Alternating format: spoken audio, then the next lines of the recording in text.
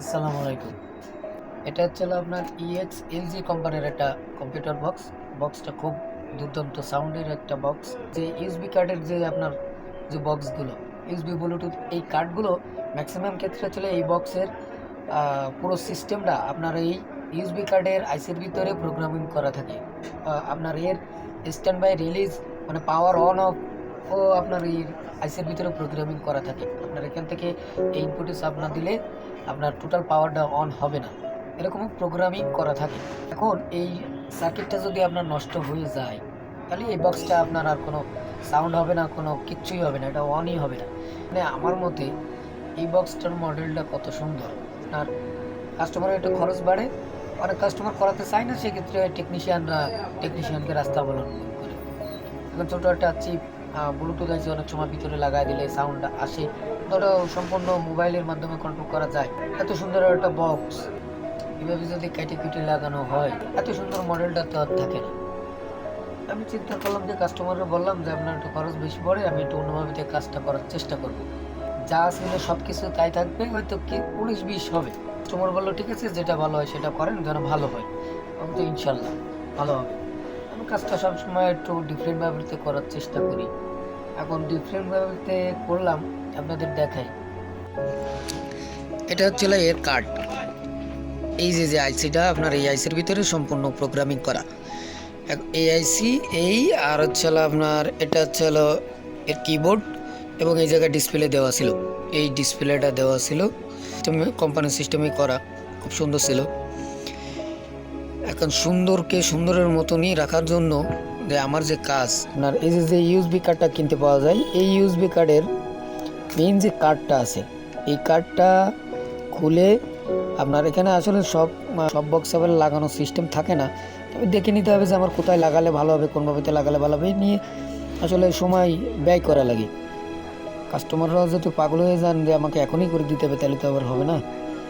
তা এই কাস্টমারের কাছ থেকে আমি সময় নিয়েছি, আমার কাজের তো চাপ থাকে, তারপরও আপনার এটা করতে সময়ও লেগেছে, কারণ এটাও চালু রাখা হয়েছে এখানে আলাদাভাবেতে। এই জায়গায় এই সমস্ত কানেকশন করে তারপরে এই কার্ডটা ইনস্টল করা হয়েছে, আমার টেকনোলজিতে আমি করেছি। পরবর্তীতেও যদি এটা চেঞ্জ করা লাগে, এখান থেকে খুলে ফেলে চেঞ্জ করা যাবে খুব সহজেই। মানে একেবারে যে পার্মানেন্ট করেছি যে পরবর্তীতে নষ্ট হলে আর কোনো হয়ে থাকবে না, এরকম কাজ করিনি আমি। এর সিস্টেম মতো লাইনগুলো আমি করলাম সময় নিয়ে। এটা তো রিমোট আছেই, তারপরেও আমি এখানে যে কিবোর্ড আছে, লাইনটা বন্ধ করে দিলাম যাতে দেখতে সুবিধা হয়। এখানে যে কিবোর্ড আছে, কিবোর্ডেরও তো কাজ আছে, ভলিউম প্লাস মাইনাস, আর হচ্ছে আপনার মেড মানে ফাংশন চেঞ্জ করা, যেটা FM ব্লুটুথ এগুলো চেঞ্জ করার জন্য এই 3টে ভলিউমের কানেকশন আমি এই জায়গাতে নিলাম। কানেকশন নিয়ে আমি এই ভলিউমগুলোই অ্যাড করে দিয়েছি। আর এখানে আবার ইন্টারনাল লাইনটা নিয়েছি, লাইনগুলো আবার কাটিং করা লাগিয়েছে, সব জায়গায় গ্রাউন্ড লাইনগুলো সম্পূর্ণ মডিফাই করা লাগিয়েছে, কিন্তু মডিফাইয়ের মতো মডিফাই করা লাগবে, যেটা কার্যকর।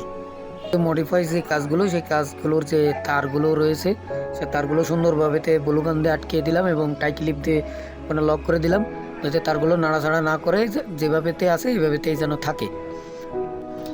সব কিছু পারফেক্ট লাগানো হয়ে গেছে, এখন লাইন দেব। লাইনটা দিলাম, Bluetooth mode. Here. কানেক্ট হয়ে গেছে। কানেক্ট আমার এই জায়গায় অ্যান্ড্রয়েড বক্স দিয়ে কানেক্ট করা হয়েছে। এটা এখন সম্পূর্ণ ওকে। আর আপনার ফাংশনও কাজ করে এই জায়গায়, আপনার এই যে ভলিউম বাড়তিছে, ভলিউম কমতিছে, আপনার এই ইনপুটে চাপ দিলে মেটটা চেঞ্জ হচ্ছে, AUX mode. একদম আপনার অবিকল আগে যেরকম ছিল। Bluetooth mode. সব কিছু পারফেক্ট, একদম অরিজিনালের মতন।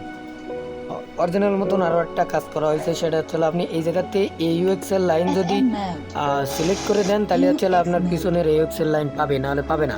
আপনার এই কার্ডের তো এমনি রিমোট রয়েছেই, সুতরাং আপনার জিনিসটা কত সুন্দর।